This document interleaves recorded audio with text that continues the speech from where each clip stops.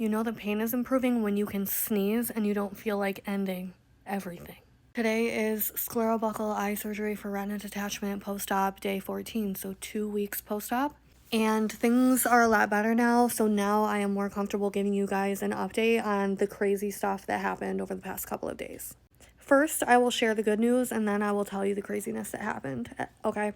So the good news is I'm back with my original surgeon. So I have a retina specialist that I've been seeing for the last 10 years, ever since I moved to the city that I currently live in. If you've been with me on this entire journey, you know the reason I ended up going to a different practice for this surgery is because my original surgeon and I had a plan in between the retinal tear and surgery. And if it wasn't healed enough, like we were going to do surgery right away so that it would be healed and done in time for my international trip, because he was planning on maybe using a gas bubble which would need to be dissolved by the time I had the trip, etc. The office of his practice ended up calling me like 4 days before my appointment to reschedule and push it back 2 weeks, and I flew into a panic because, you know, we had this plan, like we can't push it back 2 weeks. If I need the surgery, then I won't be healed in time for my trip, da da da. So I ended up doing what I felt like was best for myself in that moment and going to another practice in another city.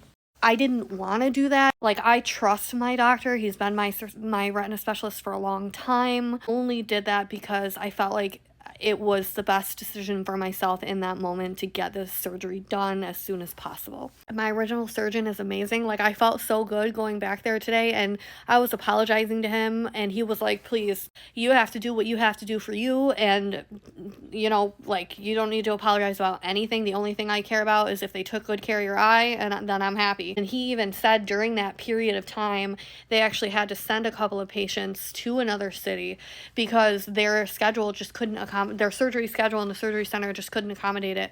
So that made me feel better, you know, like it really was just a bad period of time for scheduling and for everybody. He thoroughly evaluated my eye, listened to all of my concerns. He pulled out his little model. He explained to me that the buckle is tight, and he thinks that's why I'm seeing the peripheral vision loss combined with my eye kind of being stuck dilated. He thinks that when the eye dilation goes down, maybe I might not see as much of that, but basically with the buckle being so tight, it's moving the retina in closer to the central vision or something like that, and so I'm seeing more of that. He was able to sit down and like evaluate each concern that I had.